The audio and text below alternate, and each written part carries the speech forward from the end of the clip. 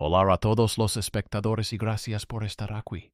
Por favor, escriban en los comentarios desde donde están viendo este video. Para mí como narrador, es importante ver su ubicación geográfica y sentir hasta dónde llegan nuestras historias. Les deseo una agradable escucha y un momento tranquilo a mi lado. Lo encontraron junto a un manantial en el bosque, casi sin fuerzas. La suciedad se había secado en su capa. Su piel tenía marcas de cuerdas y le costaba respirar. Hasta hacía poco, su rostro aparecía en tapices y monedas, pero ahora nadie lo reconocería en ese hombre paralizado. Un monje ermitaño se detuvo en el camino, levantó al fugitivo por los hombros y lo llevó a una pequeña celda que olía a ajenjo seco, leña húmeda y piedra caliente del hogar. Así comenzó lo que más tarde se denominó santidad.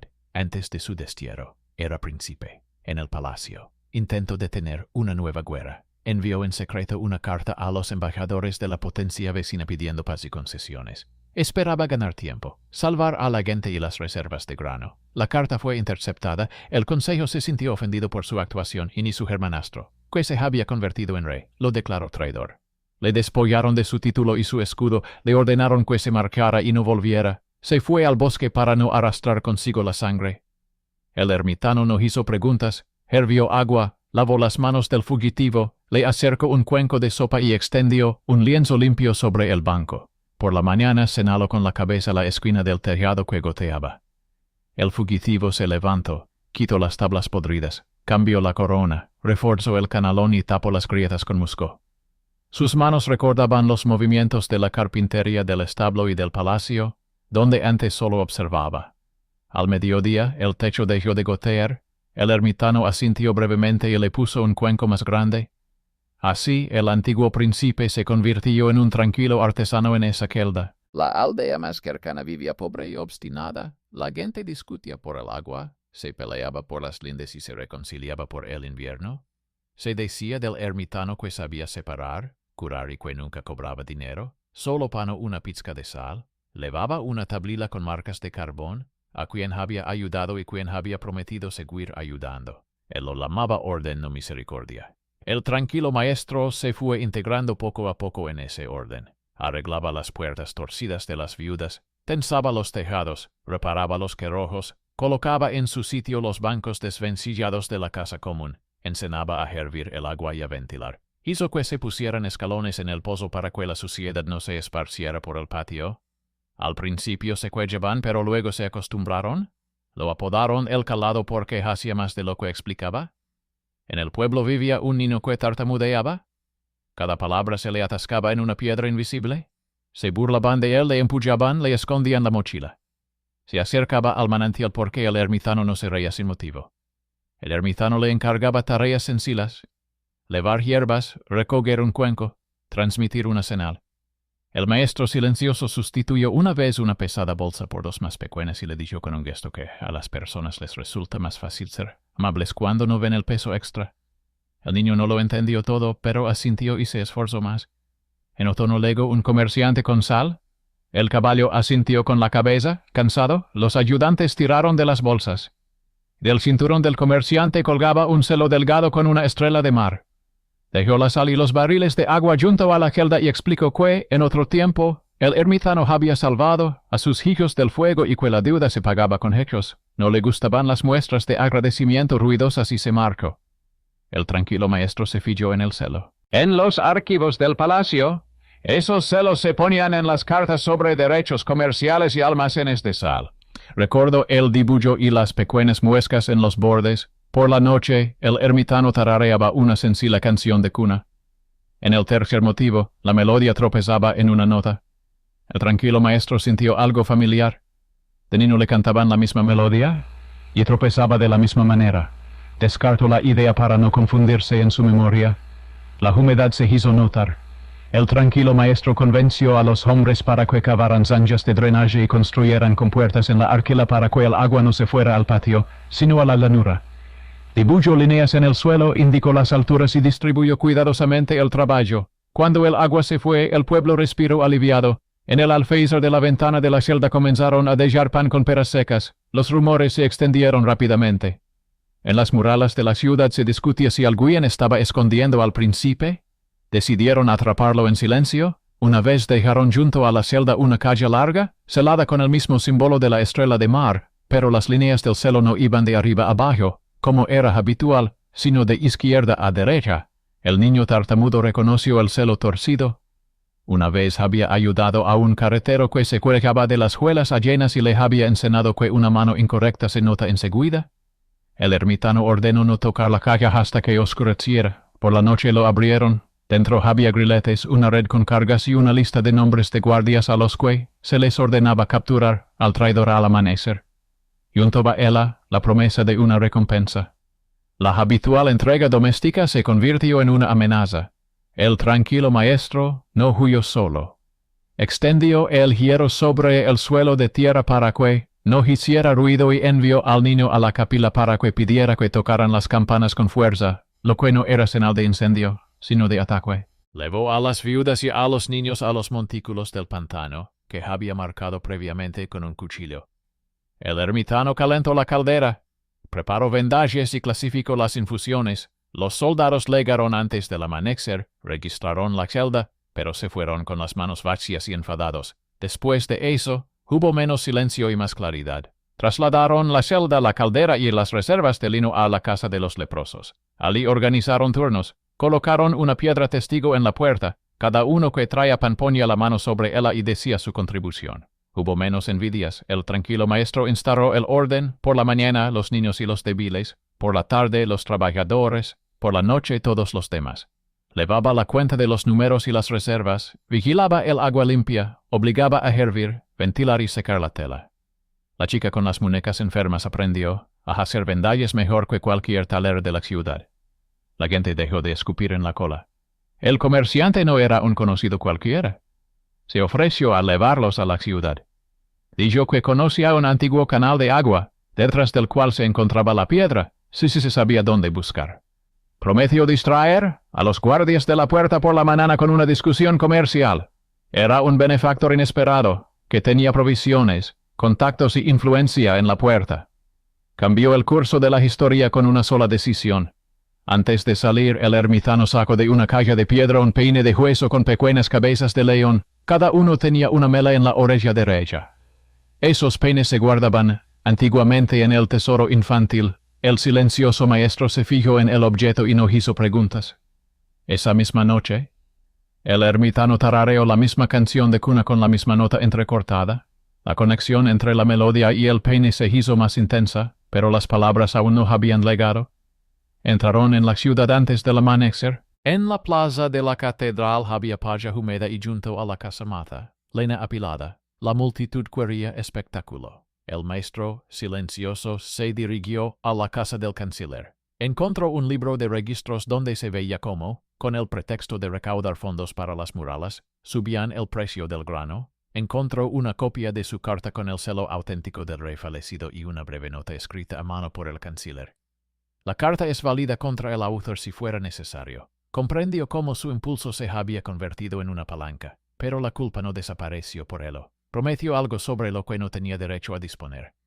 En las escaleras de la catedral estaba el capitán de la guardia. En otro tiempo el ermitano había sacado a sus hijos del fuego. El capitán reconoció al anciano, le preguntó qué quería. El ermitano pidió que se desatara a la mujer y a los dos niños que estaban retenidos abajo por haber robado panes. El capitán dio la orden y se quedó allí. La multitud murmuraba. Alguien señaló al silencioso maestro. Alguien lanzó una piedra. La piedra cayó cerca. El silencioso maestro subió a las escaleras y reconoció su culpa. Dijo que había escrito la carta por el bien de la paz y el grano, que no tenía derecho a tomar esa decisión, que estaba dispuesto a aceptar el castigo, pero que pedía que no se tocara a quienes no tenían nada que ver con su error. Hablaba con voz tranquila sin gritar. El capitán ordenó que se retirara la lena de la casamata y que primero se alimentara a los hambrientos. El comerciante pagó los querreales, obligó a los sirvientes a preparar las calderas y a repartirlos. El humo se elevó y el murmullo se suavizó. Y en ese momento sonó la alarma de incendios. En el barrio Bayo se incendió una casa. El viento soplaba hacia los tejados viejos. La gente corrió con cubos. El maestro silencioso corrió junto con el capitán y el comerciante. El ermitano tomó agua y vendas. y el niño tartamudo se quedó junto a la campana para mantener la frecuencia de los golpes y dirigir a la gente. Las llamas se propagaban por las vigas. El maestro silencioso sacaba a los niños, los cubría con su capa y volvía a entrar porque oía toser dentro. El techo se derrumbó, una viga golpeó los hombros, el capitán y la gente la levantaron con una palanca. El maestro silencioso se atragantó con el humo espeso. Lo llevaron a las losas de piedra de la catedral. El ermitaño puso en su mano un peine de hueso y, junto a él, colocó el suyo, con la misma mela en la oreja derecha. Con un gesto, tocándose la sien y con ese mismo motivo Coyo le hizo entender que, hacía muchos años, había sacado del fuego a un niño de sangre principesca y que, desde entonces, había asumido una responsabilidad oculta por él. El parentesco oculto se manifestó sin palabras grandilocuentes. Peines idénticos, la misma canción de cuna, el mismo recuerdo de una nota discordante. El silencioso maestro lo comprendió, y cerró los ojos, lo enterraron sin trompetas. Una estufa, una jarra de agua, pan, gente que comía de sus olas. El comerciante pagó la lápida, el capitán se mantuvo al margen. El ermitaño canturreaba una nana sin el último motivo. El niño tartamudo tocaba la campana con regularidad. Sin prisas, la gente empezó a decir que era más fácil respirar junto a la estufa. El ermitaño no fomentaba las conversaciones sobre milagros, fomentaba el orden. Quien comía lavaba la ola, quien se calentaba traía leña, quien recibía daba a otros. Así comenzó el recuerdo del santo sin escudo. A partir de ahí, todo se basó en los hechos. El comerciante, que resultó ser un benefactor inesperado, entró en el consejo y consiguió que las calderas pasaran a ser responsabilidad de la ciudad. Mostró las cifras, menos peleas, menos incendios nocturnos, menos gastos en guardias. Simplemente dijo que un plato era más barato que la sangre. El capitán estableció la norma. Antes del juicio se da comida y agua. Los amantes del orden sin personas lo criticaban, pero él guardaba silencio y mantenía el rumbo. La casa de los leprosos se convirtió en un centro no de compasión, sino de organización. Allí aprendían a hervir, ventilar y contar. El niño que tartamudeaba se convirtió en el guardián. Era responsable de los almacenes, los celos y las colas. Su voz seguía siendo irregular, pero se había vuelto firme. Vigilaba las huellas y daba la alarma, inmediatamente si el celo no era el correcto. Dejaron de burlarse de él. Junto a las calderas no se reían de quienes mantenían el orden. Se convirtió en un héroe subestimado, hasta que un duro invierno demostró que cientos de personas dependían de su tranquilidad. Entonces mantuvo las colas, evitó que se desorganizara la distribución, cerró las puertas a tiempo y las abrió a quienes debían entrar primero. La ciudad lo recordó mejor que cualquier discurso. El consejo intentó devolver el miedo con historias de que el santo era una invención conveniente. El comerciante puso sobre la mesa el libro de contabilidad. El capitán el informe de las noches tranquilas y el guardián en la tabla de celos y entregas. Se discutía menos, se debatía como de costumbre, pero no se renunciaba a las decisiones. El ermitaño traía al monasterio tablitas con marcas, a quién habían ayudado, quién había ayudado a terceros, cómo había cambiado la calle. Los monjes escribían de forma breve y clara, sin dorados en los bordes, y enseñaban a los hermanos jóvenes que el orden, en la adversidad no se mantiene con el látigo, sino con un cuenco, un vendaje y una cola. En primavera, aparecieron en el camino hacia el mar unos extorsionadores disfrazados con capas llenas. La ciudad no envió espadachines, sino 40 palas, 6 palancas, 2 calderos y un cerrajero con una tablilla de registro. En un día profundizaron los vados y reforzaron la orilla. Las caravanas tomaron un desvío y los extorsionadores se marcaron. La gente alababa no la fuerza, sino la organización. Al final de cada relato, alguien añadía que eso es lo que habría hecho el que vayó la losa. A veces dejaban paquetes anónimos en la puerta de la casa de los leprosos. Después de encontrar el polvo corrosivo, se estableció la norma de abrir todo lo que no tuviera celo detrás de la pared, junto al cenicero. Esto, salvo varias veces de la desgracia, las pequeñas cosas cotidianas se convertían a menudo en un thriller, pero las normas permitían eliminar la amenaza de antemano. La ciudad se acostumbró a que un plato de sopa fuera una parte de la protección, al igual que la pared. Las peleas no desaparecieron, pero se hicieron más breves. En el almacén no se confundían los celos. En el mercado se sacaban los cuchillos con menos frecuencia. En la pequeña capilla, junto a la estufa, colgaron en la pared un marco de roble con un peine de hueso. Junto a él un marco vacío, para recordar que no todas las relaciones requieren publicidad. El ermitaño lo aprobó. La afinidad por una causa a menudo es más importante que los lazos de sangre. Envejecía, pero seguía pasando de una tarea a otra, tarareando la misma canción de cuna con la misma nota irregular, como señal de que en cualquier historia hay lugar para el reconocimiento de la culpa y para dar un nuevo paso. Su hermanastro, el rey, se mantenía al margen.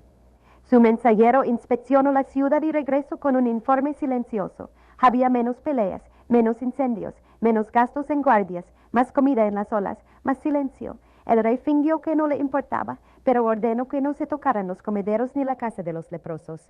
La tranquilidad le resultaba más cara que el orgullo. Los años se convirtieron en costumbre. El mercader envejecía, pero no abandonaba los caminos. Seguía conduciendo caravanas y enseñaba a los jóvenes que las deudas se pagan con trabajo. El capitán se volvió canoso, pero mantuvo la regla del pan y el agua ante el tribunal. El guardián murió en su puesto, con un manollo de laves colgado del cinturón y una ficha de madera con una estrella de mar talada. En su placa había una breve inscripción. El hombre que escuchaba y no confundía los celos. El aprendiz del guardián de las laves tomó la tablilla y la frecuencia de los golpes. Explicaba por qué la tercera parte de la melodía siempre tropieza. Así es más fácil recordar el momento en que la persona se detiene, reconoce su culpa y toma una nueva decisión. El monasterio reunió marcas sobre el pan, listas de colas, información sobre el agua limpia y la disminución de las enfermedades. Por estas señales el silencioso maestro fue reconocido como santo, no por el oro ni por los milagros visibles, sino por los beneficios comprobables. La gente acudía a la cocina no por la leyenda, sino por una guía, cómo hacer cola, cómo almacenar las provisiones, cómo comprobar el celo, dónde levar un paquete sin juela, cómo preparar agua y vendallas, cómo hablar con la multitud sin gritar. Se marchaban más tranquilos de lo que habían legado. A veces, los visitantes preguntaban por qué el santo no tenía nombre en la piedra. Se les respondía que había renunciado a su nombre cuando reconoció su error y, a cambio, dejó un orden que funciona sin él. Se les decía que el monje ermitaño lo había convertido en santo no con palabras, sino con una serie de acciones, que el benefactor inesperado había sido el comerciante que había invertido dinero y esfuerzos, que el capitán antepuso la vida al espectáculo, que el niño tartamudo demostró que el talento oculto es más fuerte que el estatus cuando se trata de atención y precisión, que el pueblo aprendió a no esperar el látigo, sino a hacer cola, a llevar un cuenco y agua limpia, que los paquetes cotidianos a veces son más peligrosos que las espadas y que para ellos se inventó un orden de control. Que el vínculo familiar oculto entre el ermitaño y el príncipe no cambió las reglas de la ciudad, sino que solo explicó la nota discordante. En la canción de cuna y las muescas idénticas en los peines, cuando el ermitaño murió, los monjes pusieron el peine en una calla, junto a una tablilla con una breve frase. La memoria se conserva con la acción. El comerciante colocó en la casa de los leprosos un estante para las nuevas marcas. El capitán dejó de acudir a la plaza gritando, simplemente se quedaba a veces junto a la estufa y recordaba el día en que retiraron la lena y colocaron las calderas. El aprendiz del sacristán tocaba la campana con precisión, tal y como le había enseñado su maestro. La gente se acostumbró a ese sonido. Era un recordatorio de que su ciudad no se sostenía sobre el miedo, sino sobre el orden.